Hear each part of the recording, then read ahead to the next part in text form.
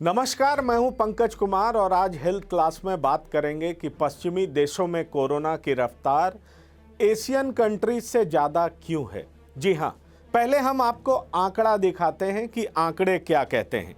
अगर active cases प्रति million की बात करें तो भारत में महज 104, जर्मनी में 2075, ब्राज़ील में 3894 और आप इस तरह से देखेंगे और हम आगे बढ़ते हैं अन्य देशों में देखते हैं तो उसमें दिखता है कि इटली में 6789, वहीं यूके में 27186, ये देखिए, और यूएसए में 28859। तो अगर भारत की बात करें तो 104, यूएसए की बात करें तो 28859 और यूके की बात करें तो 27186। तो आप ये डिफरेंसेस देख सकते हैं कि एक्टिव केसेस प्रति मिलियन ऐसा क्यों है। अब हम कारण पे जाते हैं कि आखिर दूसरा वजह क्या है, उस पर हम जाते हैं। तो दूसरे वजह पर हम जाएंगे उससे पहले आपको ये भी बता दें कि नेशनल रिकवरी रेट जो भारत का है वो 97.26% है। मतलब भारत में कोरोना की रफ्तार, कोरोना पे नियंत्रण बहुत तेजी से हो रहा है, रिकवरी रेट भी ज़बरदस्त है। इसलिए और अब हमने कहा कि कोरोना की रफ्तार पर ब्रेक भारत में क्यों लगा है।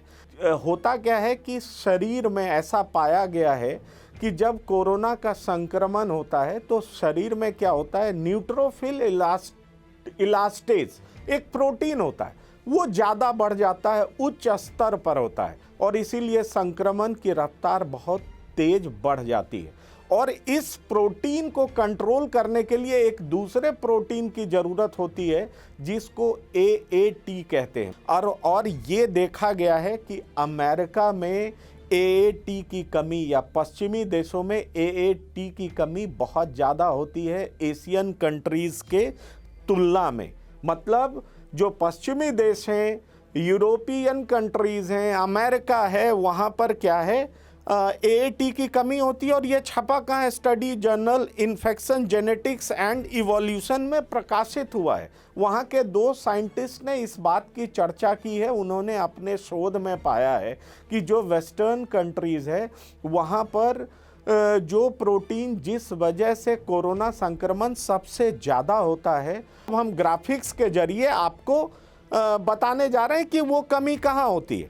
अब ये ऐसा शोध में पाया गया क्योंकि कोरोना वायरस का जो ये नया स्ट्रेन है D614G, पहले ये माना गया कि भौगोलिक क्षेत्रों में ये अलग अलग तरह से इसका प्रसार होता है। एशियन कंट्रीज़ में ज़्यादा तापमान होता है, इसलिए क्या होता है कि ज़्यादा तापमान होता है तो ये कंट्रोल्ड रहता है। लेकिन शोध में पाया गया कि ऐसा नहीं है, क्योंकि जो प्रोटीन न्यूट्रोफिल इलास्टेज को कंट्रोल करता है उस प्रोटीन की कमी वेस्टर्न कंट्रीज़ के लोगों में ज़्यादा होती है और एशियन कंट्रीज़ में कम होती है। और उसी प्रोटीन की वजह से, जिसको हम AAT कहते हैं, उसी प्रोटीन की वजह से कोरोना की रफ्तार जो है एशियन कंट्रीज़ में कम है। वो हम ग्राफिक्स के जरिए आपको दिखा सकते हैं कि AAT का क्या है। अब जैसे देखिए, मलेशिया में प्रति 1000 8 लोगों में AAT की कमी पाई जाती है। समझिए, अगर 8 लोगों में, बाकी लोगों में AAT है,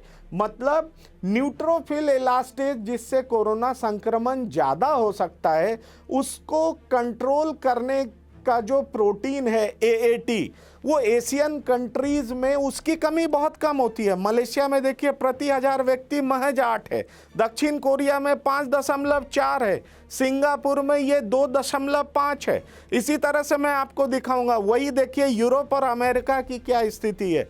स्पेन में 67.3 है, मतलब 67.3, यूके में 34.6, फ्रांस में 51.9, अमेरिका में 29। अगर AAT की भारी कमी आप देख सकते हैं, ये ग्राफिक्स के जरिए मैं आपको बताने की कोशिश कर रहा हूँ कि यूरोप और अमेरिका में क्या है, जबकि इसके उलट ठीक एशियन कंट्रीज़ में क्या है।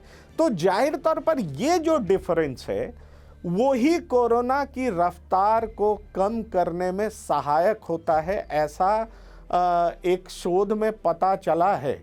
और ये जो नेशनल बायोमेडिकल एंड जीनोमिक्स जो संस्थान है वहाँ के 2 साइंटिस्ट ने इन चीज़ों को पता किया है और अब ये साफ हो चुका है कि नए स्ट्रेन का प्रसार जो है वो एशियन कंट्रीज़ में कम हुआ है। अब मैं आपको यूके की स्थिति बता दूं, वहाँ पर बहुत सख्त लॉकडाउन इम्प्लीमेंट किया गया है, जबकि भारत में क्या है, ज़बरदस्त रिकवरी रेट है। नए एक्टिव केसेस की संख्या जहाँ इंडिया में 104 है तो अमेरिका में 28,000 के आसपास है, यूके में 27,000 के आसपास है। और ये होता कि ऐसा क्यों है?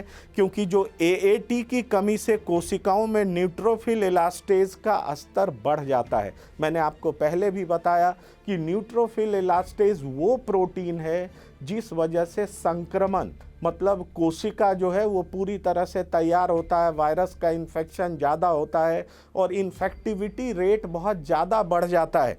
अगर इसी न्यूट्रोफिल इलास्टेज को AAT जो प्रोटीन है वो कंट्रोल कर लेता है तो संक्रमण की रफ्तार कम हो जाती है। और ये AAT की जो कमी है वो एशियन मुल्क में नहीं के बराबर है या बहुत कम है, जो कि हमने अपने ग्राफिक्स के जरिए, डेटा के जरिए आपको बताया कि सिंगापुर में क्या है, दक्षिण कोरिया में क्या है। कोरोना की रफ्तार वेस्टर्न कंट्रीज से कम है। इसकी वजह जो है वो प्रोटीन AAT की कमी एशियन मुल्क में कम है, जबकि वेस्टर्न कंट्रीज में ज़्यादा है। धन्यवाद।